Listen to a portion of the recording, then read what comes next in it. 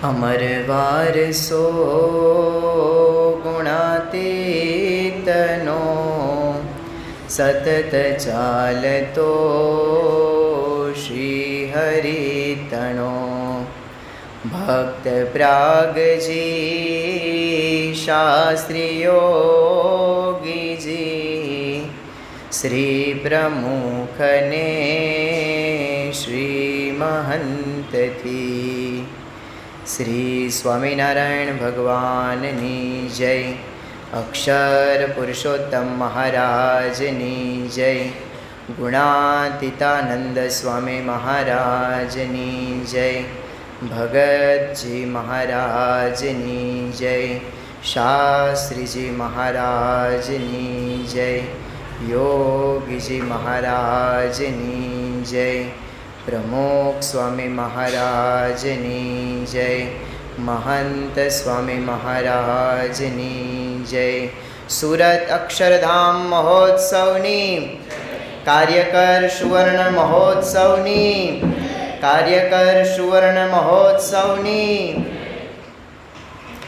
બ્રહ્મ સ્વરૂપ યોગીજી મહારાજનો જન્મ જયંતિ અવસર આવી રહ્યો છે. એ નિમિત્તે આજે આપણે બધા યોગીજી મહારાજના પ્રસંગોને જોઈશું. બ્રહ્મ સ્વરૂપ યોગીજી મહારાજ જ્યારે શાસ્ત્રીજી મહારાજ આ સંસ્થાના ધણી હતા, ત્યારે શાસ્ત્રીજી મહારાજનો એવો પાવર કે કોઈ પણ મહાસત્તાધારી વ્યક્તિ હોય ને એ પણ શાસ્ત્રીજી મહારાજની આંખ સામે આંખ પરોવીને જોઈ ન શકે.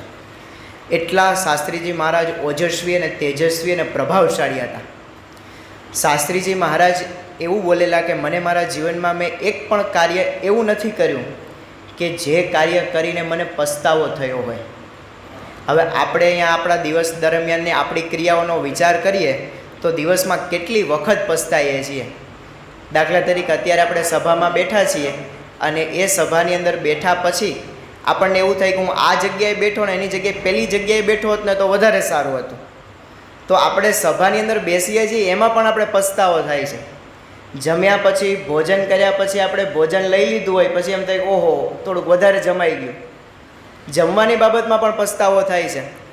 સવારે વહેલા ઉઠવું હોય 7 વાગે અને ઉઠાણું હોય 8 વાગે, પછી ઝડપ દોડીને બધા કાર્ય કરતા હોઈએ એની અંદર પણ આપણે પસ્તાવો થાય છે કે ઓહો 1 કલાક વહેલો ઉઠી ગયો હોત તો આપણે દિવસમાં કેટલી વખત પસ્તાવો થાય છે. પણ શાસ્ત્રીજી મહારાજ એવું બોલેલા કે મને મારા જીવનમાં એક નિર્ણય એવો નથી કે મારે એમાં પાછળથી પસ્તાવવું પડે. યોગીજી મહારાજ શાસ્ત્રીજી મહારાજના ધામગમન પછી ગાદી ઉપર આવ્યા, ગુરુપદે બિરાજ્યા. બધાને એવું હતું કે યોગીજી મહારાજ તો એકદમ ભલા ભોલા લાગે, પણ યોગીજી મહારાજ આ સંસ્થાને કઈ રીતે સંભાળશે?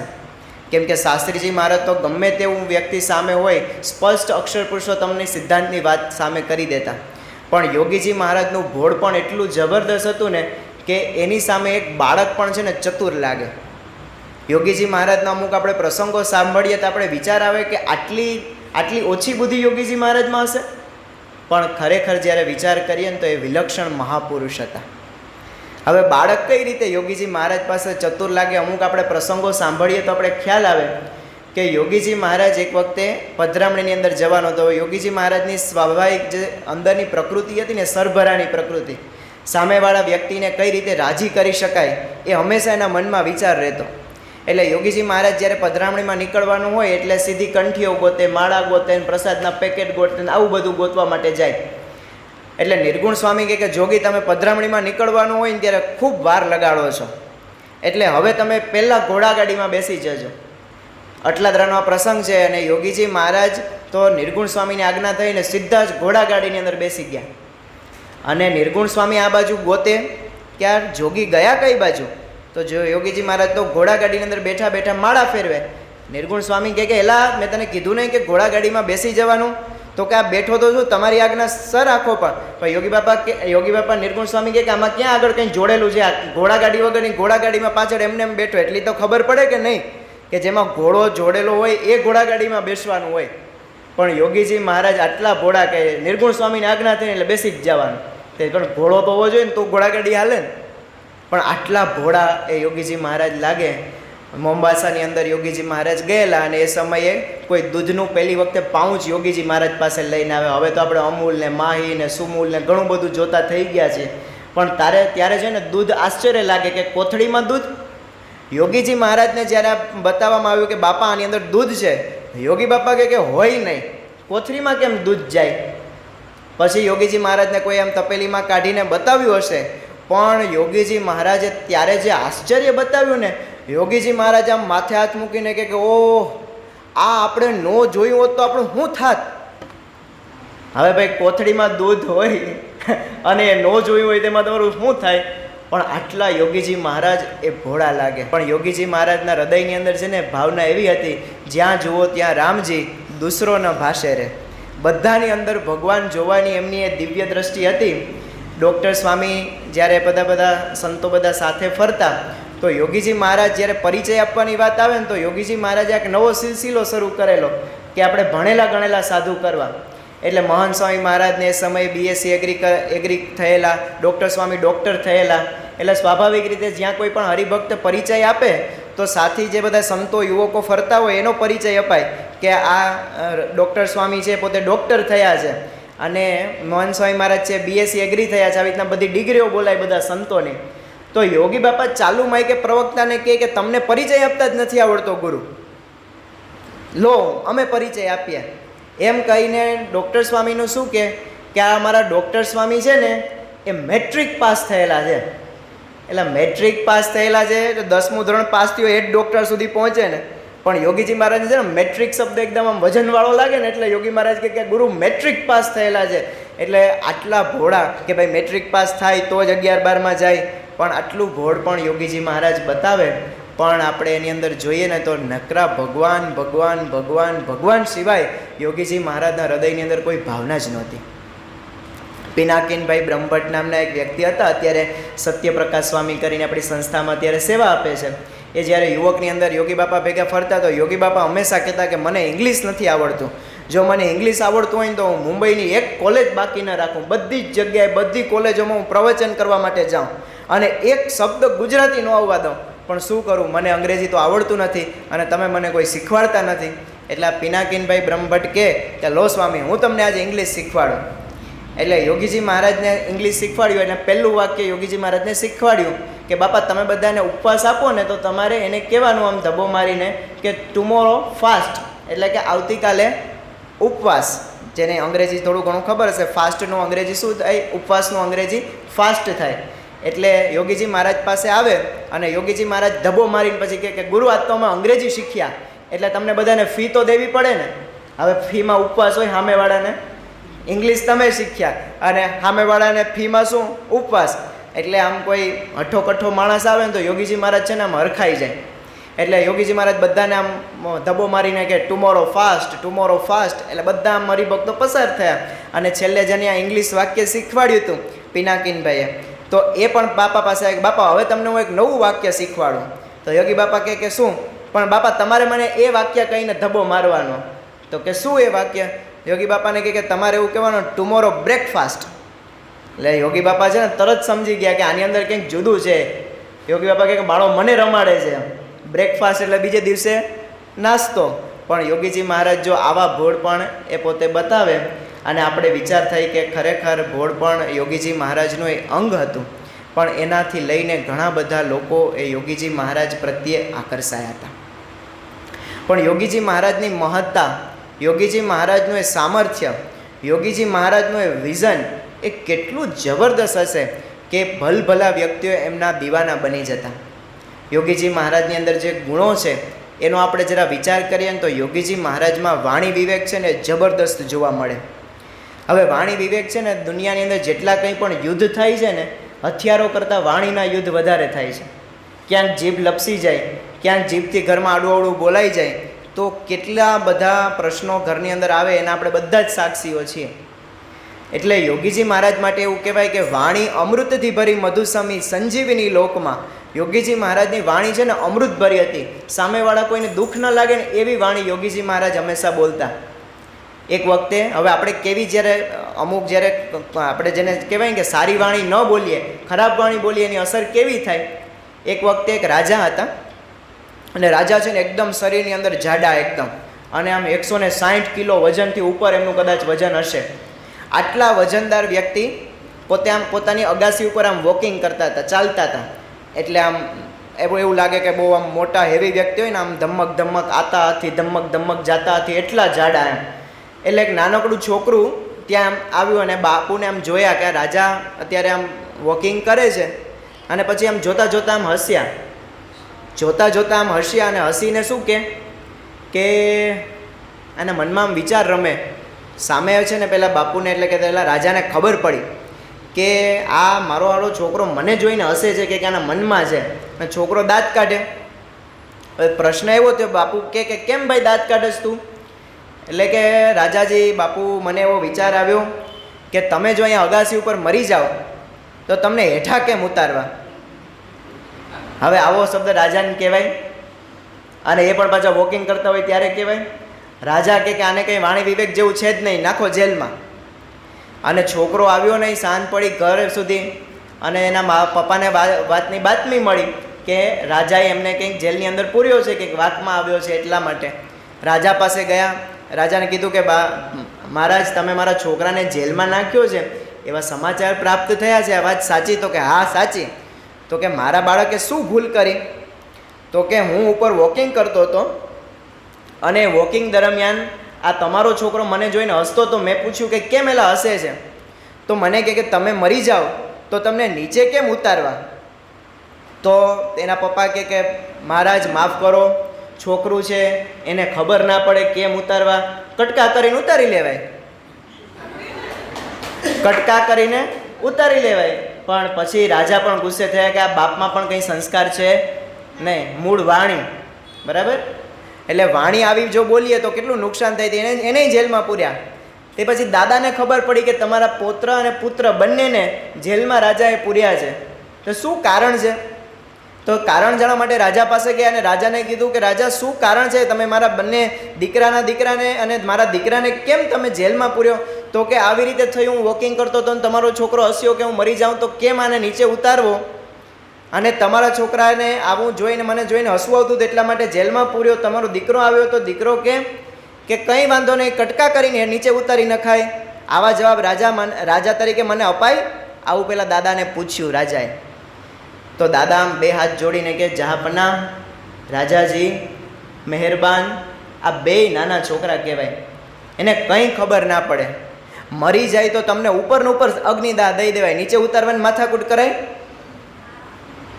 હવે આવા જવાબ રાજાને દેવાય? રાજા મરી જાય એવા સંકલ્પ કરાય? પણ જો આ વાણી, દાદાને પણ નાખ્યા જેલમાં. તો જો વાણી છે ને સારી રીતે ન વાપરી તો જેલમાં જવાનો પણ વારો આવ્યો. પણ યોગીજી મહારાજની વાણી છે ને એકદમ વાત્સલ્યસભર વાણી હતી. કોઈને કેવું ઘટે ને તો પણ કહેતા યોગીજી મહારાજ, પણ એમની કહેવાની રીત પણ છે ને એટલી જબરદસ્ત કે સામેવાળાને એનો યોગ અને એનો ગુણ જ આવે. યોગીજી મહારાજ એક વખતે બપોરની અંદર ભોજન કરી અને બપોર પછી બધા સંતો જ્યારે જમીને આવે એટલે નાનકડું વચનામૃત વંચાય. હવે વચનામૃતને છે ને બપોરિયા વચનામૃત કહેવાય, એટલે કે જે નાના વચનામૃત હોય ને એ બપોરે એનું વાંચન કરવાનું હોય, કે જેથી કરીને પાછળથી બધા આરામ કરવા માટે જાય. તો એની અંદર એક ભાઈલાલભાઈ વચનામૃતના ખૂબ ઊંડા અભ્યાસુ, એ આ વચનામૃત વાંચવા માટે બેઠા, અને વચનામૃત ખોલ્યું અને પ્રથમનું 63મું વચનામૃત, તત્વજ્ઞાનનું, નિશ્ચયનું આ વચનામૃત ખોલ્યું. એટલે વચનામૃત પણ બહુ મોટું અને તત્વજ્ઞાનનો એકદમ ગહન વિષય. બપોરે બધા જમીને બધાને આરામમાં જવાનો જ વિચાર હોય, એ સ્વાભાવિક રીતે એ હરિભક્તે આમ તત્વજ્ઞાનના પણ ખૂબ ઊંડા જાણકાર, વચનામૃતના પણ જાણકાર, એટલે વાત છે ને આમ લાંબી ચાલતી હતી. એટલે યોગીજી મહારાજનો પણ સુવાનો જે સમય હતો એની અંદર પણ 10 મિનિટ મોડું થયું. બીજા હરિભક્તો પણ આમ આંકડા ઉતાવળા થયા. નહીં, અત્યારે દાખલા તરીકે આપણી સભાનો ટાઈમ 10 વાગ્યાનો છે, તો હું 10 વાગ્યા સુધી પ્રવચન કરું ને તમને મજા આવે, પણ 10 ને 5 સુધી પણ હજી સહન કરો.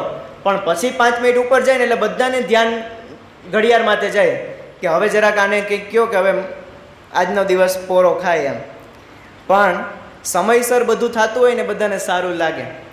એમ આ હરિભક્તે પ્રથમનું 63મું વચનામૃત વાંચતા હતા. હવે બધા આંકડા ઉતાવળા થઈ, બધાને સુવા જવું હતું.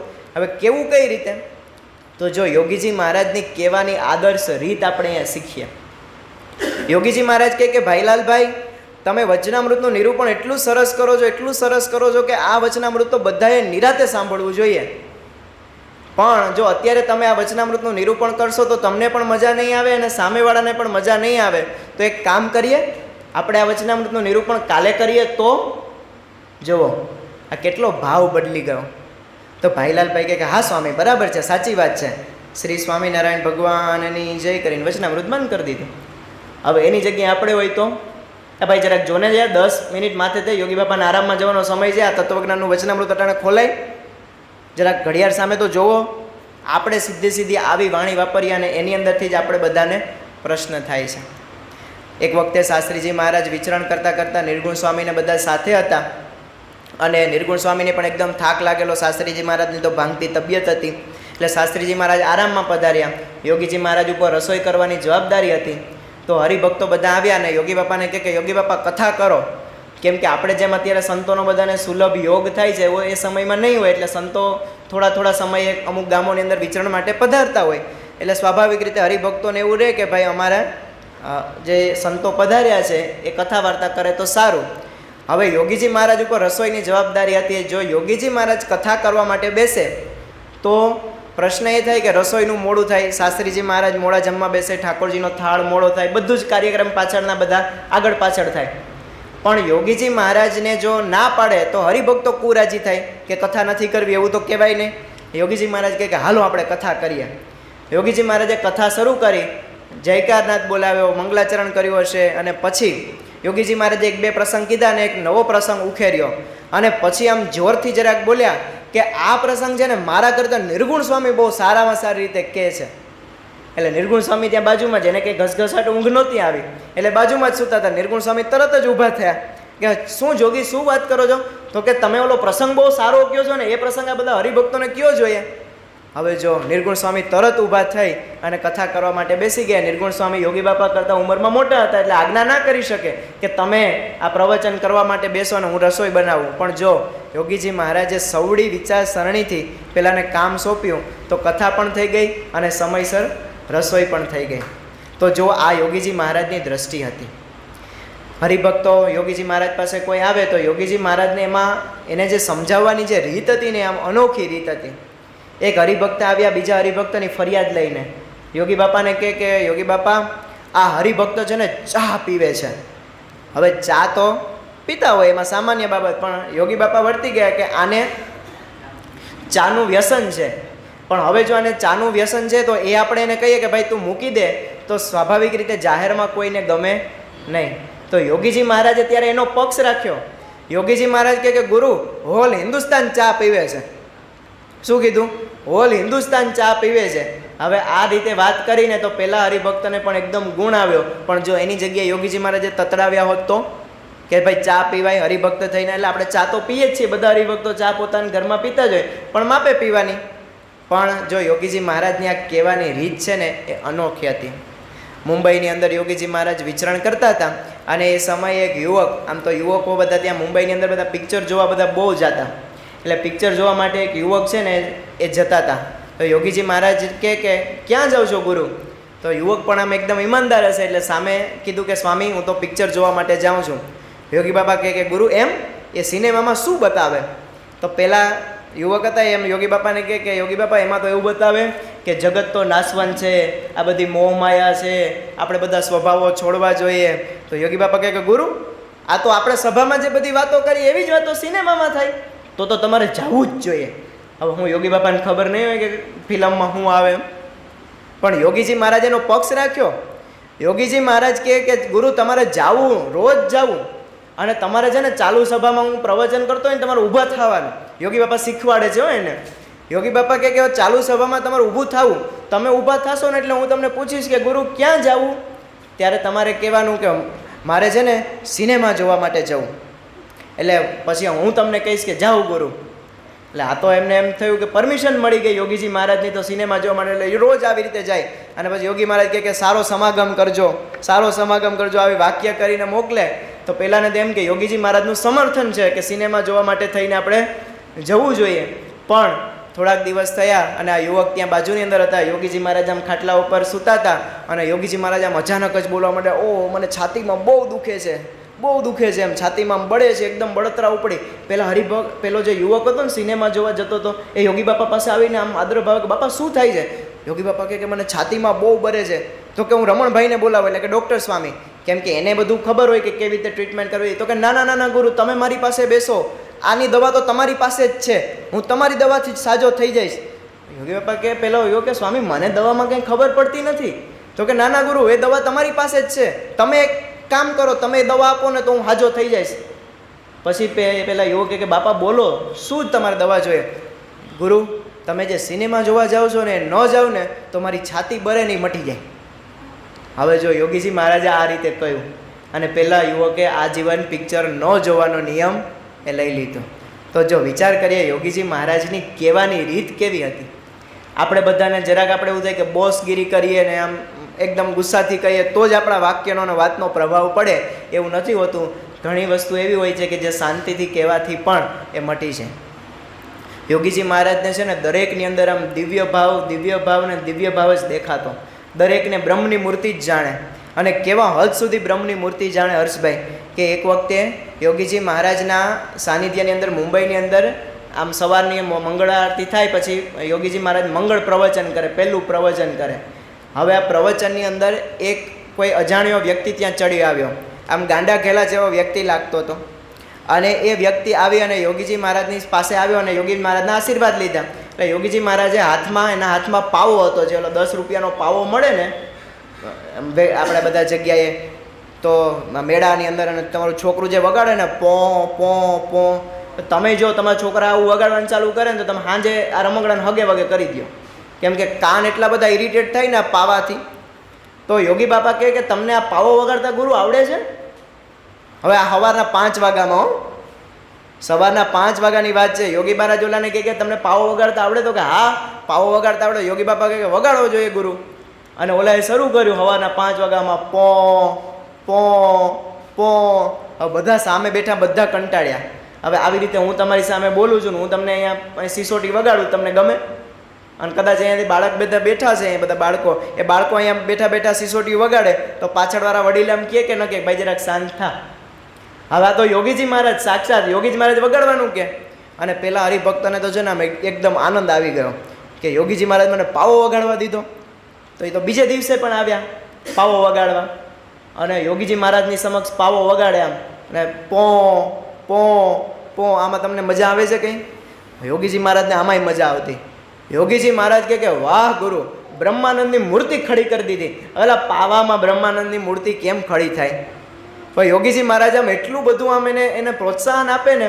યોગીજી મહારાજ કે વગાડો પાવો, વગાડો પાવો. એટલે બીજા બધા તો એટલા બધા આમ કંટાળે ને, આહા જબરદસ્ત, એમ કે આ ક્યાં કોની અહીંયા મંદિરનું સરનામું આપ્યું.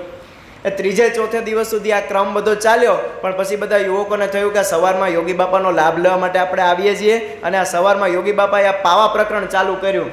એટલે પેલા જે યુવક હતા એ તો કંઈ સત્સંગમાં હતા જ નહીં. પેલા ભાઈ તો ખાલી યોગીજી મહારાજના આમ દિવ્ય દર્શનથી ને યોગીજી મહારાજે પ્રોત્સાહન આપ્યું એટલે દર્શન કરવા માટે આવતા હતા. પણ કોઈ યુવકોએ ત્યાં બારોબાર જઈ અને કહી દીધું કે આજે તમારે હવે અહીં અંદર આવવાનું નથી. અને પહેલાંને કંઈ એટલું બધું કંઈ મંદિર પ્રત્યે મમત્વ નહોતું, એ તો ત્યાંથી પસાર થઈને ચાલ્યા ગયા. યોગીજી મહારાજ જ્યારે મંગળ પ્રવચન કરવા માટે આવ્યા ને તો યોગીજી મહારાજ આમ ગોતે. એટલે બધાને થયું કે સ્વામી શું શોધે છે. તે કોઈને ખબર પડી કે પહેલાં પાવાવાળા વ્યક્તિને ગોતતા હોવા જોઈએ યોગી બાપા. એટલે પૂછ્યું યોગી બાપાને કે યોગી બાપા પેલા પાવાવાળા વ્યક્તિને ગોતો છો? તો કે હા. ક્યાં ગયા? કેમ આજે ગુરુ ના આવ્યા? તો યોગીજી મહારાજને પેલા સામે યુવકો બેઠા હતા ને કે સ્વામી એને ડેલેથી જ ભગાડી દીધા. રોજ પો સવારના પોરમાં 5 વાગ્યામાં કરે, અમારે તમારો લાભ લેવાનો હોય. ત્યારે યોગીજી મહારાજે જે આર્ષવાણી ઉચ્ચારીને આ આપણા બધાના કાન ખોલી નાખે ને એવી છે.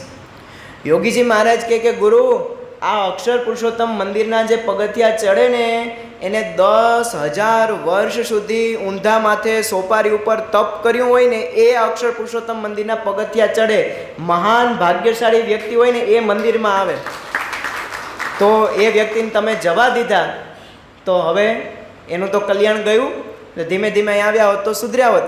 પણ હવે આ પ્રસંગ ઉપરથી આપણે શું સમજવાનું કે યોગીજી મહારાજ જો આવો પાવો વગાડનારને પણ દિવ્ય દ્રષ્ટિથી જોતા હોય, 10,000 વર્ષનું પુણ્ય કરીને મંદિરમાં આવ્યો છે એવું જોતા હોય, તો તમારી મારી આજુબાજુના બધા હરિભક્તો આપણે દિવ્ય મનાય કે ના મનાય? તમારી બાજુમાં કે ખુરશીમાં કે બેઠેલા કે બાજુમાં બેઠેલા વ્યક્તિ હોય એનો એકાદો સ્વભાવ આપણે ન ગમતો એવો જોઈએ, અને બધાના સ્વભાવો બધાને ગમતા હોય એવા હોતા જ નથી. છતાં પણ આપણે શું સમજવાનું કે મંદિરમાં આવે છે એટલે એનું મિનિમમ ક્વોલિફિકેશન કેટલું છે? 10,000 વર્ષ સુધીનું તપ કરીને મંદિરના પગથિયા એ ચડીને આવ્યો છે. એટલે કોઈ મંદિરમાં આવે છે ને એ સામાન્ય વ્યક્તિ નથી. તો યોગીજી મહારાજની આવી દિવ્ય દ્રષ્ટિ હતી, દરેકની અંદર એ ભગવાન જુએ, દરેકની અંદર સારો જ ગુણ લેવાનો. કોઈ હરિભક્ત આવ્યા અને યોગી બાપાને કહે કે બાપા શાસ્ત્રીજી મહારાજના અક્ષરો તો છે ને બહુ ગડબડિયા થતા, કંઈ સૂજે નહીં. હવે હકીકત પણ એવી જ હતી. તમે લિખિતન શાસ્ત્રી યજ્ઞપુરુષદાસજીના ફ્રન્ટ પેજ ઉપર તમે વાંચો ને તમને કંઈ ના ખબર પડે કે આની અંદર શું લખ્યું છે. પણ યોગીજી મહારાજે એમને કહે કે ના ગુરુ, આપણે એવું ના બોલાય. શાસ્ત્રીજી મહારાજના અક્ષર તો સારા જ થતા હતા, પણ આપણે એને ઉકેલતા આવડતા નહોતા. હવે વિચાર કરીએ, વસ્તુ સામે સત્ય દેખાય છે, એમ છતાં પણ અક્ષરોની અંદર પણ યોગીજી મહારાજને દિવ્ય ભાવ રહેતો. હરિભક્તોની અંદર પણ યોગીજી મહારાજને એટલો જ દિવ્ય ભાવ, એટલી બધી સેવા કરવાનો યોગીજી મહારાજને તાન. એક વખતે એક હરિભક્ત છે ગોંડલની અંદર ચોમાસાની ઋતુમાં લાભ લેવા માટે પધારેલા, અને એવા સમયનો નાનકડો બાળક એ રાત્રે એને સંડાસ જવા માટેનું જવાનું થયું. એટલે પોતે ઊભો થયો પથારીમાંથી, યોગીજી મહારાજ તો જાગતા હતા. એટલે એના દાદાને ઉઠાડવા માટે જતો હતો. યોગી મહારાજની સીધી દ્રષ્ટિ ગઈ કે આ બાળક એના દાદાને કંઈક ઉઠાડવા માટે જતો હોય. કે બોલો ગુરુ, શું થયું? તો કે મારે ખાડે જવું છે. તો યોગી બાપા કહે કે ગુરુ, દાદાને હેરાન ન કરશો, હું તમારી વ્યવસ્થા કરું. હવે બહાર છે ને વરસાદ ખૂબ પડતો હતો, એટલે યોગીજી મહારાજ એક તગારું લઈ આવ્યા. તગારાની અંદર થોડી માટી નાખી અને પછી ઈંટ લઈ આવ્યા. ઈંટ ગોઠવી અને એકદમ એ સારી રીતે જાજરૂ બેસી શકે એવી વ્યવસ્થા કરી. યોગીજી મહારાજ તો પલળતા બધી વસ્તુ લેવા માટે ગયા, પણ એક કોથળો લઈને આવ્યા. અને પછી યોગીજી મહારાજે બાળકને કોથળો ઓઢાડ્યો અને પછી કીધું કે જાઓ ગુરુ, તમે હવે ત્યાં જઈને દિશાએ જઈ આવો, ખાડે જઈ આવો. અને યોગીજી મહારાજ પેલા હરિભક્ત જેનો છોકરો હતો એ ખાડે જઈ આવ્યો. એનું જે લેટ્રિન હતું એ સંડાસ સાફ કરી યોગીજી મહારાજ એને ઉકરડામાં નાખવા માટે ગયા. પછી યોગીજી મહારાજ સ્નાન કરી અને રાત્રે સૂતા. જો હરિભક્તના દીકરાનું પણ યોગીજી મહારાજે આવી રીતે ધ્યાન રાખ્યું છે. તો આ વિચાર કરીએ, આવા ગુરુની પ્રાપ્તિ આપણને સૌને થઈ છે. યોગીજી મહારાજને દરેકમાં દિવ્ય દ્રષ્ટિ, નાના મોટા સૌ ઉપર આવી જ રહેતી. એક વખતે યોગીજી મહારાજ મુંબઈની અંદર ચોપાટી ઉપર વિચરણ કરવા માટે બધા આમ ગયા હશે. એટલે વિચરણ કરવા માટે તો નહીં, પણ કોઈને એવું થયું કે યોગીજી મહારાજે ચોપાટી જોઈ ન હોય તો આપણે એને ચોપાટી બતાવીએ. એટલે ત્યાં ગયા ચોપાટી જોવા માટે, અને ત્યાં છે ને બધા માલિશ કરે મુંબઈની અંદર આ ચોપાટી ઉપર. તો માલિશ કરે ને તો ઘણી વખતે જો તમે બકાલાવાળા, શાકભાજીવાળા બધું વેચવા માટે આવે ને, એ શાકભાજી વેચવાવાળાના અવાજ જુદા જુદા હોય. એટલે તમને ખબર પડી જાય કે કયો વ્યક્તિ અત્યારે શું વેચવા માટે આવ્યો છે. એ હાલો શાકભાજી, આવો અવાજ કાઢે, બરાબર ને? કોઈ એમ કે શાકભાજી લેવું હોય તો હાલો લેકો બદલે કે ન બદલે? એમ આ પેલા હરિભક્ત હતા ને એ આમ પેલા યોગી મહારાજ આમ રસ્તામાંથી પસાર થતા, હરિભક્તો સાથે હતા. તો ત્યાં છે ને માલિશવાળા બધા આમ માલિશ બોલે ને તો આમ સિસકારો છેલ્લે આમ એવો સિસકારો આવે. દાખલા તરીકે જો આવું બોલે, માલિશ માલિશ, ત્યાં સિસકારો બોલે. યોગી બાપા કે આ બધા શું સિસકારા કરે છે? તો કે આ બધાને છે ને જેના પગ દુખતા હોય ને એને માલિશ કરી આપે. યોગી બાપા કહે કે ઓહો હો, તમારું મુંબઈ તો બહુ સેવાભાવી, માલિશ કરી આપે બધાને. નિર્ગુણ સ્વામી કહે કે કોઈ સેવાભાવીનો દીકરો નથી, પૈસા લઈને કરે છે. એટલે હવે જુઓ, આની અંદર પણ યોગીજી મહારાજનું કેટલું ભોળ પણ દેખાય કે પૈસા લઈને જ કરતા હોય ને, કેમ કે એવી રીતના તો કોઈ એવી સેવા કરવા માટે બેસે નહીં. પણ યોગીજી મહારાજને આવા વ્યક્તિને અંદર પણ હંમેશા દિવ્ય ભાવ ને દિવ્ય ભાવ જ રહેતો. એક વખતે યોગીજી મહારાજ, નિર્ગુણ સ્વામી અને શાસ્ત્રીજી મહારાજ એક જગ્યાએથી બીજી જગ્યાએ ક્યાંય સ્ટેશનથી જતા હતા, અને એ સમયે ટ્રેનની અંદર ટ્રેન ઊભી હતી. હવે સ્વાભાવિક રીતે ટ્રેનની સાથે એન્જિનમાં ડબ્બા બધા જોડાયેલા હોય, એટલે વચ્ચોવચ્ચ તમે ઊભ્યા હોય તો આ બાજુનો ડબ્બો પણ એ જ ટ્રેન સાથે જવાનો હોય, ને આ બાજુનો ડબ્બો પણ એ જ ટ્રેન સાથે જવાનો હોય. ડબ્બા તો વચ્ચેથી તો કંઈ નોખો ન પડે, છેલ્લો ડબ્બો હોય તો કદાચ નોખો પડવાની શક્યતા રહે. પણ નિર્ગુણ સ્વામી કહે કે જોગી, આ ડબ્બાની અંદર તમે સામાન મૂકી દો. આ ડબ્બો છે ને એ જે સ્ટેશને પહોંચવાનું હતું ત્યાં જવાનો છે. શાસ્ત્રીજી મહારાજ કહે કે એ ડબ્બો નહીં જાય, આ ડબ્બો જશે, આ ડબ્બાની અંદર મૂકો. હવે શાસ્ત્રીજી મહારાજનું પોટલું, નિર્ગુણ સ્વામીનું પોટલું, યોગી બાપાનું પોટલું, આ બધું જ માથે ઉપાડી બે પોટલા ખંભે નાખીને યોગી બાપાજી તો ત્યાં જતા હોય ને તો શાસ્ત્રીજી મહારાજ બૂમ પાડે કે જોગી એમાં નહીં, આ ડબ્બામાં. નિર્ગુણ સ્વામી આ બાજુ રાડ પાકે, જોગી એ ડબ્બામાં નહીં, આ ડબ્બામાં. આવું 7 થી 8 વખત થયું. યોગી બાપા ત્યાં પહોંચવા જાય ને તો વળી પાછા આ બાજુ બોલાવે, આ બાજુથી પેલી બાજુ બોલાવે. હવે આ પ્રસંગમાં આપણે હોય તો પોટલું જ પછાડીએ અને કંઈક તમે બે જણા પહેલાં નક્કી કરી લ્યો ક્યાં જવું છે, ત્યાં હું પોટલા મૂકી દઉં. એ તો બહુ સારો ગુણવાળો હોય તો એવું કે, બાકી તો એવું કે હાલ્યો તમારા પોટલા, તમારે જે જાતિ હોય ને એમાં બેસી જાઓ. પણ યોગીજી મહારાજને જો આની અંદર પણ એકદમ આમ દિવ્ય ભાવ, પણ યોગીજી મહારાજનું જે સામર્થ્ય હતું ને એ પણ અલૌકિક હતું.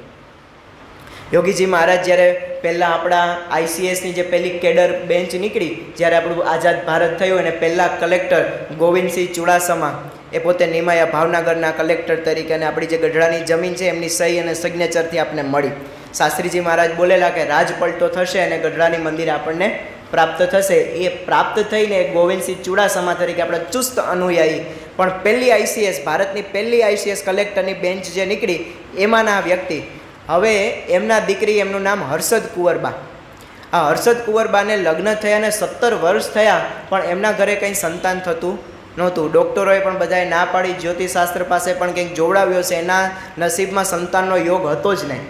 આ ગોવિંદસિંહ ચુડાસમા યોગી બાપા પાસે આવ્યા અને કીધું કે બાપા, મારી દીકરી છે હર્ષદ કુંવરબા, એમના ઘરે સંતાન નથી, તો આપ આશીર્વાદ આપો કે એમના ઘરે સંતાન થાય. યોગી બાપાએ આમ ધબ્બો મારીને આશીર્વાદ આપ્યા કે જાઓ ગુરુ, મુક્તરાજસિંહ નામ રાખજો, મહારાજ તમને દીકરો આપશે. હવે પછી ગોવિંદસિંહ ચુડાસમા તો કલેક્ટર થયેલા વ્યક્તિ અને એ લેવલના વ્યક્તિ કે બાપા, ડૉક્ટરોએ ના પાડી છે, જ્યોતિષશાસ્ત્રએ પણ બધું ના પાડે છે, આના જીવનમાં ક્યાંય સંતાન યોગ છે જ નહીં. યોગી બાપા કે મહારાજ મુક્ત મોકલશે એટલે મુક્તરાજસિંહ નામ રાખજો. હવે પેલા ગોવિંદસિંહ ચુડાસમા કે મહારાજ, અમારામાં તો બધું રાશિ ઉપરથી નામ પાડવાનો રિવાજ છે, તો આ મુક્તરાજસિંહ નામ પાડવું હોય તો મ અને ટ સિંહ રાશિ આવે, અને સિંહ રાશિ ઉપરથી નામ આવે, સિંહ રાશિ આવે તો જ મુક્તરાજસિંહ નામ રહી શકે બાપાને કે. તો યોગીજી મહારાજ કે જાઓ ગુરુ, સિંહ રાશિ આવશે. અને ખરેખર 1.5 વર્ષે એમના ઘરે બાળકનો જન્મ થયો અને રાશિ પણ સિંહ રાશિ આવી અને એનું નામ મુક્તરાજસિંહ નામ પાડવામાં આવ્યું. તો જુઓ, આ યોગીજી મહારાજની આવી સામર્થ્ય હતી. એક વખતે યોગીજી મહારાજ વિચરણ કરતાં કરતાં આણંદની બાજુમાં ગાના ગામ છે ત્યાં પધારેલા. હવે શાસ્ત્રીજી મહારાજ પણ સાથે હતા, નિર્ગુણ સ્વામી, મોટા સ્વામી, આ બધા જ સંતો હતા. હવે યોગીજી મહારાજ અને નિર્ગુણ સ્વામી ગામની અંદર પધરામણીમાં નીકળ્યા, અને ત્યાં જે હરિભક્ત હતા એમને એવી ઈચ્છા હતી કે સંતો બધા પધાર્યા છે તો આપણે કેરીના રસની રસોઈ આપીએ યોગીજી મહારાજને, આ બધા શાસ્ત્રીજી મહારાજને બધા સંતોને જમાડીએ. પણ એનો દીકરો હતો ને થોડો દ્વેષી હતો, એટલે એમને થયું કે આ સાધુ બધા કેરીઓ સારી સારી ખાઈ જશે, એટલે એને ટોપલીમાં થોડીક જ કેરીઓ રાખી ઘર પૂરતી, બાકી બધી કેરીઓ વેચી દીધી. હવે યોગીજી મહારાજ તો આ બાજુ પધરામણીમાં નીકળ્યા, અને પધરામણી અંદર જે કોઈ પણ સામા વ્યક્તિ મળે ને એને કહે છે કે ગુરુ શાસ્ત્રીજી મહારાજ આવ્યા છે, દર્શન કરવા માટે આવજો અને પ્રસાદ ત્યાં ભેગો લેજો. હવે પ્રસાદ ભેગો લેવાની વાત કરે તો આવી રીતે બધી જગ્યાએ ગયા તો 60 જેટલા હરિભક્તોને યોગીજી મહારાજે નોતરું આપી દીધું જમવા માટે, અને બધા ત્યાં આવ્યા અને ખબર પડી કે કેરી તો 5 કે 6 કેરીઓ છે, અને એની અંદર તો નાનકડી તપેલીમાં રસ નીકળે, અને એટલો જ રસ નીકળ્યો. તો નિર્ગુણ સ્વામી છે ને એકદમ ખીજાયા, નિર્ગુણ સ્વામી છે ને એકદમ ખીજાયા, અને નિર્ગુણ સ્વામી કે શું જોગી આખા ગામને નોતર નોતર કરો છો, આ તપેલી જેટલો રસ છે ને આખા ગામને તમે નોતરું છે. તો યોગી બાપા સામે શું જવાબ આપે ખબર? એવું હોય ને તો હું મારા ભાગનો નહીં ખાઉં. એટલે તમારા ભાગનો કંઈ 3-4 ડોલ હતી તે તમે નહીં ખાઓ, તપેલીમાં એટલો રસ, અને યોગી બાપા કે એવું હશે તો મારા ભાગનો નહીં ખાઉં. પણ યોગીજી મહારાજે ત્યાં જે સામર્થ્ય વાપર્યું, અને જેને કહેવાય કે 60 જણા પંગતની અંદર બેઠા અને રસ પીરસતા જાય, એક ડોયો પીરસે ને એક ડોયો તપેલીની અંદર ઉમેરાય, આખા જે 60 જણા હતા બધા જમી ગયા, તપેલીમાંથી ટીપું એક રસ પણ ઓછો થયો નહીં. અને એના છોકરાને પ્રતીતિ થઈ કે આ પુરુષ છે ને કંઈક જુદા પુરુષ છે, અને એને પછી યોગીજી મહારાજ અને શાસ્ત્રીજી મહારાજ પાસે વર્તમાન ધરાવી અને વ્યક્તિ સત્સંગી થયા. તો જો આવા સામર્થ્યવાન એ યોગીજી મહારાજ હતા. અહીંયા જામનગરની બાજુમાં તમે ધ્રોલ બાજુ જાઓ ને તો ત્યાં જાયવા કરીને ગામ આવે છે, ત્યાંના નટવરસિંહ આપણા ચુસ્ત હરિભક્ત, એના ભાઈ શંભુસિંહ રાજકોટની અંદર પોતે સંયોજક તરીકે પણ સેવા આપી, આપણા કાર્યકર તરીકે એમના ભાઈ. હવે યોગીજી મહારાજ આ ગામની અંદરથી આ જાયવાના જે નટવરસિંહ છે, જામનગરની અંદર હરિલીલા કલ્પતરુની પારાયણ બેસાડેલી યોગી મહારાજે. અને યોગીજી મહારાજ દિવસે બધી પધરામણી કરે તો યોગી મહારાજ તો જામ સાહેબને ત્યાં પધરામણીમાં ગયેલા, અને કોઈ પાછળથી સમાચાર આપ્યા કે યોગી બાપા નટવરસિંહ તો છે ને ધામમાં ગયા છે. હવે આ હરિભક્ત છે ને પારાયણની અંદર પાણી પીરસવાની સેવા કરતા હતા, એટલે સ્વાભાવિક રીતે પાણી પીરસવાની સેવા કરતા હતા, એટલે યોગીજી મહારાજના ટચમાં હતા, ધ્યાનમાં હતા. યોગી બાપા કે એની તો પાણી પીરસવાની સેવા છે, ધામમાં કેમ જાય? તો કે યોગી બાપા એ તો બધી તૈયારી થઈ ગઈ છે, એની નનામી બંધાઈ ગઈ છે, બસ તમે આવો, કંઠી પહેરાવો અને ચાંદલો કરો એટલે પારાયણ પહેલાં એમનો અગ્નિ સંસ્કાર થઈ જાય એવી બધા પરિવારની ઈચ્છા છે. યોગી બાપા કે અમે આવીએ ત્યાં સુધી કે જો કાઢી ન જાય. અને યોગીજી મહારાજ જેવા આમ રૂમની અંદર પ્રવેશ્યા, યોગીજી મહારાજે તો પગ મૂકતાની સાથે જ બોલ્યા કે નટવરસિંહ કેમ સૂઈ રહ્યા છો, ઊભા થાવ, પાણી પીરસવાની સેવા છે. અને નનામીમાંથી આ નટવરસિંહ ઊભા થયા અને વર્ષો સુધી જીવ્યા. હવે વિચાર કરીએ, આવું સામર્થ્ય યોગીજી મહારાજમાં એ હતું. અને પછી બીજા હરિભક્તો આપણા જેવા હોય એમને કહે ને કે સ્વામી તમે આમનું જ અહીંયા જેટલું ઐશ્વર્ય વાપર્યું એવા કોઈક સારા ઘરનો છોકરો ધામમાં જઈને ત્યાં તમે વાપરો તો કેટલું સત્સંગ વધી જાય. યોગીજી મહારાજ કહે કે આપણે કંઈ મળદા બેઠા કરવા માટે સત્સંગ કરતા નથી. પછી તો જો આવું આપણે શરૂ કરીએ ને તો ગોંડલમાં હરિભક્તોની જગ્યાએ મળદાની લાઈન લાગે કે અમારાને જીવતો કરો. તો યોગીજી મહારાજ જ્યાં જ્યાં જેની રક્ષા કરવાની હોય ત્યાં અવશ્ય રક્ષા કરી અને પોતે ઐશ્વર્ય બતાવતા. એક વખતે યોગીજી મહારાજ વિચરણ કરતાં કરતાં એક ગામની અંદર ક્યાંક પધાર્યા હશે અને હરિભક્તને 60 વર્ષની કંઈક ઉંમર હશે અને એમને કીધું કે ગુરુ તમારા દીકરાને બોલાવો આરતી ઉતારવા માટે. યોગી બાપા કે યોગી બાપાને પહેલાં હરિભક્ત કે બાપા મારે દીકરો નથી. તો યોગી બાપા કે ગુરુ દીકરો તો જોઈએ ને, લો મહારાજ તમને દીકરો આપશે, જાઓ આશીર્વાદ છે. તો સામે બીજા બે બેઠા હતા ને હરિભક્તો, બાપાની ઉંમર 60 વર્ષની છે, હવે દીકરો એમના ઘરે ક્યાંથી થાય? તો યોગી બાપા કે ના મહારાજ આપશે અને એના ઘરે દીકરાનો જન્મ 60 વર્ષે થયો. તો આ યોગીજી મહારાજનું સામર્થ્ય આપણે વિચાર આવે, પણ એકદમ છે ને આમ શાંત પ્રકૃતિની અંદર યોગીજી મહારાજ રહ્યા. આપણા પોરબંદરનો જ પ્રસંગ છે. પોરબંદરની અંદર જ્યારે યોગીજી મહારાજ પધારેલા એ સમયે આપણા મોહનલાલ ભગદેવ નામના એક હરિભક્ત છે, એના મિત્ર છે હરસુખલાલ સંઘવી. હરસુખલાલ સંઘવી પોતે LLBનો અભ્યાસ કરતા હતા, એટલે વકીલાતનો અભ્યાસ કરતા હતા. અને એમને લઈને યોગીજી મહારાજ પાસે આશીર્વાદ લેવા માટે આવ્યા અને પરિચય આપ્યો કે યોગી બાપા આ LLB કરે છે, વકીલાતનું કરે છે. એટલે યોગીજી મહારાજે આમ ધબ્બો મારીને આમ આશીર્વાદ આપ્યા કે જાઓ ગુરુ, શિક્ષણ ખાતામાં ખૂબ આગળ વધશો. હવે વકીલાતનું ખાતું અને LLBનું ખાતું, એટલે ટૂંકમાં વકીલાતનું ખાતું અને શિક્ષણ ખાતું કેટલું અલગ છે. પણ યોગીજી મહારાજને એવું બધા હરિભક્તો બાજુમાં ઊભા હતા એને થયું કે સ્વામી બરાબર છે ને સમજ્યા નથી કે LLB પણ જુદું અને શિક્ષણ ખાતું પણ જુદું. એટલે ફરી પાછું કીધું કે બાપા તો વકીલાતનો અભ્યાસ કરે છે એટલે વકીલાતના કંઈક આગળ વધે એવા આશીર્વાદ આપો. યોગી મહારાજ ફરી પાછો ધબ્બો મારીને બોલ્યા કે જાઓ ગુરુ, શિક્ષણ ખાતામાં આગળ એ વધશો. અને એ હરિભક્તો યોગી મહારાજ ધામમાં ગયા પછી 20 વર્ષ પછી પ્રમુખ સ્વામી મહારાજના દર્શન કરવા માટે આવ્યા. ત્યારે સૌરાષ્ટ્ર યુનિવર્સિટીના વાઇસ ચાન્સેલર હતા, કુલપતિ હતા. એટલે પછી એમને પ્રસંગ કહ્યો કે યોગી બાપાએ મને આશીર્વાદ આ પોરબંદરની અંદર આપેલા અને હું કરતો તો LLB અને અત્યારે શિક્ષણ ખાતામાં આગળ જોતો જુઓ કુલપતિ સુધીના પદ સુધી પહોંચ્યા. આ યોગીજી મહારાજનું એ સામર્થ્ય. પણ યોગીજી મહારાજનું સામર્થ્ય, એમનો દિવ્ય ભાવ, એમના પ્રસંગો આ બધું સાંભળીએ ને તો આપણે એવું થાય કે હજી કંઈક પ્રસંગો સાંભળ્યા રાખીએ. પણ યોગીજી મહારાજ છે ને જબરદસ્ત વિઝનરી પુરુષ હતા. આપણે બધું એની ભળી ભોળી પ્રકૃતિ લાગે પણ ભલભલા એમની પાસે પાણી ભરવા માંડે ને એવી એમની પ્રકૃતિ એ હતી. પાંડુરંગ શાસ્ત્રી આઠવલેજી બોલેલા કે અભણને તો સૌ કોઈ મૂંડતા, અભણને તો સૌ કોઈ સાધુ બનાવતા, પણ યોગીજી મહારાજે તો ભણેલા ગણેલાના સાધુ બનાવીને સંત સમાજમાં એક નોખી જ ભાત એ ઉપજાવી છે. પાંડુરંગ શાસ્ત્રી આવું બોલે. ડોંગરેજી મહારાજ પણ યોગીજી મહારાજ માટે બોલેલા કે ડોંગરેજી મહારાજને એક વખતે યોગી બાપાએ એવું કહેલું કે અમારે તમારી પાસે ભાગવત સાંભળવું છે. ત્યારે ડોંગરેજી મહારાજ બોલ્યા કે આપ સાક્ષાત ભાગવતને મારે શું ભાગવત સંભળાવવું. એવું ડોંગરેજી મહારાજે યોગીજી મહારાજ પ્રત્યેનો ભાવ હતો. મુક્તાનંદ બાબા પણ બોલેલા કે યોગીજી મહારાજ એટલે પ્રેમ સે પકા હુઆ પુરુષ.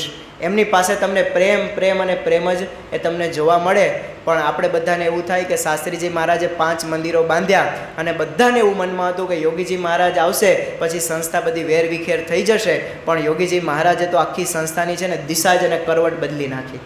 એ સમયે કોઈને રવિ સભાનો કન્સેપ્ટ હતો જ નહીં.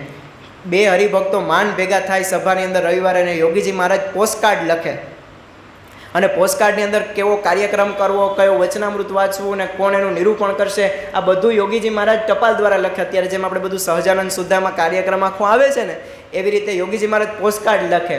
તો સુરતની અંદર યોગીજી મહારાજ પોસ્ટકાર્ડ લખે, મુંબઈની અંદર લખે. તો કોઈ એક સુરતથી હરિભક્ત આવ્યા યોગી મહારાજ પાસે અને યોગી મહારાજ પાસે આમ આશીર્વાદ લેવા માટે ગયા અને યોગી મહારાજ સીધું પૂછ્યું કે ગુરુ કેવી ચાલે છે રવિ સભા? તો કે બસ બાપા એના જ આશીર્વાદ લેવા માટે આવ્યો છે. બાપા કહે કે શું આશીર્વાદ જોઈએ છે? તો કે સ્વામી સભા બંધ કરવી છે. તો કે કેમ બંધ કરવાના આશીર્વાદ? તો કે 3 હરિભક્તો સ્વામી આવે છે, કેમ આમાં સભા મારે કરવી? યોગી મહારાજ ત્યારે બોલ્યા કે થાંભલો હોય ને તો થાંભલા સામે પણ બેસીને કથા વાર્તા કરવી, તમારે આ મંડળ બંધ કરવાનું નથી, આ મંડળ શરૂ રાખવાનું છે, ભવિષ્યમાં તમને પ્રગતિ દેખાશે. અત્યારે આપણે આશ્ચર્ય થાય કે 3 હરિભક્તોથી સુરતની અંદર યાત્રા શરૂ થઈ. આજે સુરતની રવિ સભાની અંદર 30,000 વ્યક્તિઓ સભાની અંદર આવે છે. જો આ વિઝન છે ને એ યોગીજી મહારાજ પાસે હતું. એક રવિ સભાથી જ્યારે શરૂઆત કરી અને અત્યારે આપણા સમગ્ર વિશ્વની અંદર 19,404 સભાઓ અત્યારે આખા વિશ્વમાં BAPS સંસ્થાની ચાલે છે. આવું જબરદસ્ત નેટવર્ક કોઈ પાસે છે નહીં. આપણે જેમ અહીં અઠવાડિયાની અંદર ભેગા થયા, આવા 19,404 સેન્ટરોની અંદર યુવા સભા, બાળ સભા, બાલિકા સભા, આવો બધો સત્સંગનો વ્યાપ એ બધું વધ્યું એ યોગીજી મહારાજનો એ સંકલ્પ. યોગીજી મહારાજ એવું બોલતા કે 700 સાધુઓ થશે. હવે આ જ્યારે બોલતા ને ત્યારની પરિસ્થિતિ આપણે બહુ વિચારવા જેવી છે. યોગીજી મહારાજ સાધુ કરવા માટે એટલા બધા મથે કે કોઈ પણ વ્યક્તિ આવે અને જુવાન જોવે તો યોગીજી મહારાજ કે ગુરુ બોલો હું સાધુ થઈશ. આટલો યોગીજી મહારાજને સાધુ કરવાનો ઈશક. એક વખતે તો એક હરિભક્ત આવ્યા અને 3 દીકરા, એટલે યોગી બાપાએ પૂછ્યું કે કેટલા દીકરા ગુરુ? તો કે 3. તો કે શાસ્ત્રીજી મહારાજે કીધું કે જેના 3 દીકરા હોય એને 1 દીકરો સાધુ કરવા માટે આપવો. તો પહેલા હરિભક્ત કે બાપાને કીધું કે બાપા વાંધો નહીં અમે આપીએ. તો કે બાપા કે મોટા દીકરાને સાધુ કરવા માટે આપો. તો કે મોટો તો ભણે છે, બાપુ ભણેલો છે એટલે કામાવ દીકરો છે. તો કે બાપા કે વાંધો નહીં બીજા નંબરનો આપો. બીજો પણ થોડું ઘણું કંઈક ભણતો હતો. પછી યોગી બાપાને ખબર હતી કે ત્રીજો જે છોકરો છે ને થોડોક મેન્ટલી રિટાયર્ડ છે, થોડોક માનસિક અસ્થિર છે. એ યોગી બાપા એને માગ્યા નહોતા, પણ પેલા હરિભક્ત કે બાપા ત્રીજાને રાખો. યોગી બાપા કે કંઈ વાંધો નહીં. યોગી બાપા એને દીક્ષા આપી. પણ મગજનું આમ એટલું બધું પેલું ડિસ્ટર્બ વાળું રહેતું. પણ બધી જ ચક્કીઓનો લોટ છે ને સ્વામિનારાયણના સંતો બધું ખાતા હોય ને આવી રીતના બધા ઘરની બુદ્ધિ ને યોગીજી મહારાજની કૃપા ને બધું ભેગું થયું અને પેલાનું મગજ જે છટકેલો હતો ને હરખી કમાન થઈ ગઈ સાધુ થયા પછી. તે પહેલાં એના પપ્પાને ખબર પડી બાપુજીને કે મારો છોકરો હમો થઈ ગયો, લેવા માટે આવ્યા પાછા અને કે યોગી બાપા અમારા દીકરાને પાછો આપી દો. યોગી બાપા કે લઈ જાઓ અને લઈ ગયા ને પાછા ઘેરે ગયા. કમાન છટકી ગયા હતો ને એવો ગાંડો થઈ ગયો પાછો. તે પાછો મૂકી ગયા. યોગી મહારાજે પાછી દીક્ષા આપી અને ફરી પાછી એને ખબર પડી કે આ તો છોકરો બરાબર થઈ ગયો છે. તે પાછો લઈ ગયા અને ફરી પાછા ત્યાં ગયો ને મગજ એવો મુકાઈ ગયો ને ફરી પાછો અહીંયા દઈ ગયા. નારાયણ ભગત એટલે કે આપણે અત્યારે વિવેક સાગર સ્વામી એ યોગી બાપાને કે અહીંયા થોડું કંઈ પાંજરાપોળ છે તે ગાય માંદી પડે તો અહીંયા નાખી જવાની, હાજી થાય ત્યાં લઈ જવાની. પણ યોગીજી મહારાજ કે ગુરુ આપણે એમને ક્યાં કંઈ ખર્ચો થાય છે દીક્ષા દેવામાં? પાણી દેવું ને ગાતરિયું ઓઢાડવું અને પાછા જાય ત્યારે ગાતરિયું તો મૂકતા જાય, એની ગાતરિયું આપણે ઓઢાડવાનું છે ભાઈ સાહેબ. આવી પરિસ્થિતિ એ સમયે સાધુ થવા માટેની હતી અને કોઈ સાધુ થવા માટે તૈયાર નહીં. પણ એવા સમયે યોગીજી મહારાજે આર્ષ વાક્ય ઉચ્ચારેલું કે 700 ભણેલા ગણેલા સાધુઓ થશે અને એ સંકલ્પ પ્રમુખ સ્વામી મહારાજે એ પૂરો કર્યો. અને અત્યારે આપણી સંસ્થામાં 1200 સાધુઓ છે અને એ સાધુઓ પણ કેવા યોગીજી મહારાજે જે ભણેલા ગણેલા સાધુ કરવાની આમ જે કન્સેપ્ટ આપ્યો ને આપણે આશ્ચર્ય થાય. અત્યારે આપણી સંસ્થામાં હું તો એક જ સંતનો પરિચય આપું છું, સમય બહુ ઓછો છે. કીર્તિ સાગર સ્વામી કરીને છે, અત્યારે દિલ્હી અક્ષરધામની અંદર જે આખો બધો પ્રદર્શન વિભાગ છે ને સંભાળે છે. હવે આ છે ને એકદમ રૂપાળા અને લંડનની અંદર પોતે રહેતા હતા. 10મા ધોરણની અંદર જ્યારે ભણતા હતા ત્યારે એ 10મા ધોરણની અંદર ભણતા એનું આ જોજો આર્મની કરીને કંપની છે ત્યાંની, આપણે કેમ નાઇક ને અહીંયાની જે બધી કંપનીઓ છે બી સારામાં સારી કંપની ત્યાં જોજો આર્મની કંપની કહેવાય. આ કંપનીના ઘણા બધા બૂટ બનાવવામાં આવે, કપડાં છે, એના ચશ્મા છે, આ બધી ફ્રેમ બનાવવાની આ કંપની છે અને બહુ નામાંકિત કંપની છે. આ કંપનીની અંદર આ વ્યક્તિનું સિલેક્શન થયું. તમે વિપુલભાઈ લંડન જઈ આવ્યા છે, પાઉન્ડ હોય ને લંડનની અંદર. હવે એ સમયે પાઉન્ડનો ભાવ અત્યારે તો 105 રૂપિયા ચાલે છે. આજની તારીખનો ભાવ 105 રૂપિયાની આજુબાજુ 1 પાઉન્ડનો ભાવ છે. આ જે સાધુ થયા એનો 5000 પાઉન્ડ એનો અઠવાડિયાનો પગાર હતો. 5000 પાઉન્ડ અને મહિનાના કેટલા થયા? 5 4 ને 20,000 પાઉન્ડ. અને એ સમયે 75 રૂપિયા કદાચ એનો ભાવ હતો. તો 75 ગુણ્યા તમે 20,000 કરો તો 1,50,000 15 લાખની આજુબાજુ આ પગાર થાય. તો 15 લાખ રૂપિયા મહિનાનો પગાર અને વર્ષનો કેટલો પગાર થાય? હવે આવું તો 10મા ધોરણની અંદર ભણતા ને ત્યારે આ વ્યક્તિએ પોતે પોતાના જીવનની અંદર એના કંપનીવાળા છે ને રોજ અઠવાડિયે એને કપડાં આપી જાય, એ જ કપડાં એને પહેરવાના. એક વખત પહેરેલું કપડું આ વ્યક્તિએ 4 વર્ષ સુધી બીજી વખત અંગે અડાડ્યું નથી. અને આપણે તૂટી ગયું હોય તો રફું કરાવીને આપણા છોકરાના છોકરાએ પહેરતા હોય જબ્બો. પણ આ વ્યક્તિએ એક વખત ઉતારેલું કપડું એના જીવનમાં બીજી વખત પહેર્યું નથી. પ્રમુખ સ્વામી મહારાજના યોગમાં આવ્યા અને વિચાર થયો કે મારે સાધુ થઈ જવું છે. જે વ્યક્તિનો 15 લાખ રૂપિયા મહિનાનો ઇન્ડિયન કરન્સી પ્રમાણે એ સમયે પગાર હોય એ વ્યક્તિ પ્રમુખ સ્વામી મહારાજ પાસે આવ્યા, સાધુની દીક્ષા લીધી, કીર્તિસાગર સ્વામી નામ પડ્યું. જે વ્યક્તિએ એના જીવનમાં એક વખત પહેરેલું કપડું બીજી વખત નથી પહેર્યું એને માત્ર 2 જોડી કપડાની અંદર પ્રમુખ સ્વામી મહારાજે સાધુ કર્યા. હવે આ છે ને ચમત્કાર યોગીજી મહારાજની એ આર્ષવાણી કે આવા ભણેલા ગણેલા સાધુ છે એ થશે. રાજધાનીની અંદર મંદિરો થશે. રાજધાની એટલે દિલ્હી અક્ષરધામ અને ગાંધીનગર અક્ષરધામની અંદર પણ મંદિરો થશે. અમેરિકાની અંદર મંદિરો થશે. રશિયાની અંદર સત્સંગ થશે. જાપાનમાં સત્સંગ થશે. યોગી બાપા બોલ્યા કાશ્મીરમાં પણ મંદિર થશે. તો આવા બધા જ્યારે સંકલ્પો કરતા ને ત્યારે બધા જ આજુબાજુમાં હસતા કે આ અત્યારે અહીંયા 4 જણા આવે ને યોગીજી મહારાજ શાસ્ત્રીજી મહારાજને પત્ર લખે છે કે ગોંડલની અંદર 4 હરિભક્તો આવે ને તો યોગી બાપા કે આ તો સમય જ એવો ઉત્સવ લાગે છે. અને આ તો 4 હરિભક્તો મંદિરની અંદર આવ્યા. હવે વિચાર કરીએ કે આવી પરિસ્થિતિ સંસ્થાની હતી. ખીચડી રાંધવી હોય ને તો કુકર પણ નહીં ને વાસણ પણ નહીં, કેરોસીનના ડબ્બામાં રાંધીને ખીચડી ખાવાની આવી ભયંકર પરિસ્થિતિ હતી. યોગીજી મહારાજને કડિયાઓ પણ તતડાવે કે તમે પગાર નહીં આપો તો અમે ચાલ્યા જઈશું. યોગીજી મહારાજ આ કડિયાઓને ભાઈ સાહેબ બાપા કરીને રાખે. આવી રીતે યોગીજી મહારાજે આ સત્સંગનો વિકાસ કરવાનું જ્યારે આમ જેને કહેવાય ને કે શીલો ઉપાડ્યો અને યોગીજી મહારાજ આમ ધૂન કરે. હવે ધૂન છે ને આપણે બધા રાગ તાલની અંદર ધૂન ગાતા હોય તો આપણે બધાને મજા આવે. હવે આ જ ધૂન છે ને દાખલા તરીકે હું આમ બોલું સ્વામિનારાયણ સ્વામિનારાયણ સ્વામિનારાયણ સ્વામિનારાયણ સ્વામિનારાયણ સ્વામિનારાયણ સ્વામિનારાયણ સ્વામિનારાયણ, તો તમારી ધીરજ છે ને 2 મિનિટ રહે. પછી તમે આમ સીધી મોટી આમ તાળી પાડીને કહો શ્રી સ્વામિનારાયણ ભગવાનની. આપણે બોલીએ છેલ્લે બોલીએ ને કે હાલો 5 મિનિટ આપણે ધૂન કરીએ, પણ પ્રામાણિકપણે સ્વીકારજો 5 મિનિટ ક્યારે આપણે ધૂન થઈ. યોગીજી મહારાજ આવી ધૂન અક્ષરડેરીની અંદર કરે 1.5 કલાક સુધી. આમાં ક્યાંય તબલા નહીં, ક્યાંય મંજીરા નહીં, ક્યાંય ઓક્ટોપેડ નહીં, કંઈ નહીં. સ્વામિનારાયણ સ્વામિનારાયણ, સંસ્થામાં સાધુ વધો, સ્વામિનારાયણ સ્વામિનારાયણ, ધનના ઢગલા અહીંયા સંસ્થામાં થાવ. એને તો કંઈ જરૂર નથી, પણ આ મંદિરનો વિકાસ એવો થાય. અને આવી રીતે યોગીજી મહારાજ પ્રાર્થના કરે તો હકા બાપુ કહેતા કે અમે તો છે ને લાડુડીનો પ્રસાદ હોય ને એ પ્રસાદને ખાવા માટે આમ આટા મારીએ. અને હું તો યોગીજી મહારાજ ધૂન શરૂ કરે એટલે બહાર આટો મારીને ફરી પાછું આવું તો યોગી મહારાજની ધૂન એ ચાલુ હોય. પણ એ ધૂનનો પ્રતાપ, એ સ્વામિનારાયણ મહામંત્રનો પ્રતાપ તમે જુઓ. યોગીજી મહારાજ કહેતા કે 500 વર્ષની અંદર આખું વિશ્વ એ સ્વામિનારાયણનું ભજન કરતું થઈ જશે. હજી તો આ વાક્ય બોલ્યા અને પૂરેપૂરા 100 વર્ષ પણ નહીં થયા હોય ત્યાં તો તમે જુઓ અમેરિકાની અંદર એટલા વીઘાની અંદર વિશ્વનું સૌથી મોટું અક્ષરધામ આપણી સંસ્થાએ એ બાંધી દીધું. મુસ્લિમ કન્ટ્રીની અંદર પણ આપણી સંસ્થાએ હિન્દુ મંદિર એ બાંધી દીધું. અત્યારે દુનિયાનો કોઈ ખૂણો બાકી જ્યાં આપણે કહી શકાય કે જ્યાં સ્વામિનારાયણનું મંદિર નહીં હોય તો હજી તો યોગીજી મહારાજની 500 વર્ષની આર્ષવાણી હતી. તો આપણે એમ જોઈ શકીએ કે ઘરે ઘરે સ્વામિનારાયણનું ભજન એ થતું હશે. તો આ યોગીજી મહારાજનો આ દિવ્ય સંકલ્પ, એમની એ સંકલ્પ શક્તિની અંદર કેવી તાકાત હશે. અને એ યોગીજી મહારાજે એવું કહ્યું કે પ્રમુખ સ્વામી એ મારું સર્વસ્વ છે. અને પ્રમુખ સ્વામી મહારાજ જ્યારે ગાદી ઉપર આવ્યા ત્યારે બધાને પ્રશ્ન થતો હતો કે યોગીજી મહારાજનું વાત્સલ્ય, યોગીજી મહારાજનો એ પ્રેમ પ્રમુખ સ્વામી મહારાજ કઈ રીતે આપશે. પણ પ્રમુખ સ્વામી મહારાજે તો જે આખી આ સંસ્થાનો કાયાપલટ કર્યો અને વિશ્વની અંદર સમગ્ર હિન્દુસ્તાનનું નામ રોશન એ પ્રમુખ સ્વામી મહારાજે કરી અને હિન્દુ ધર્મની વિજય પતાકા આખા વિશ્વની અંદર એ લહેરાવી દીધી. અને એ પ્રમુખ સ્વામી મહારાજ જ્યારે ધામમાં ગયા ત્યારે મહંત સ્વામી મહારાજને નિમતા ગયા કે હવે મારા સ્થાને મહંત સ્વામી મહારાજ છે. અત્યારે આપણે આમ ગૌરવ સાથે કહી શકીએ કે દર 3 દિવસે એક મંદિર આપણી BAPS સંસ્થાનું એ બને છે.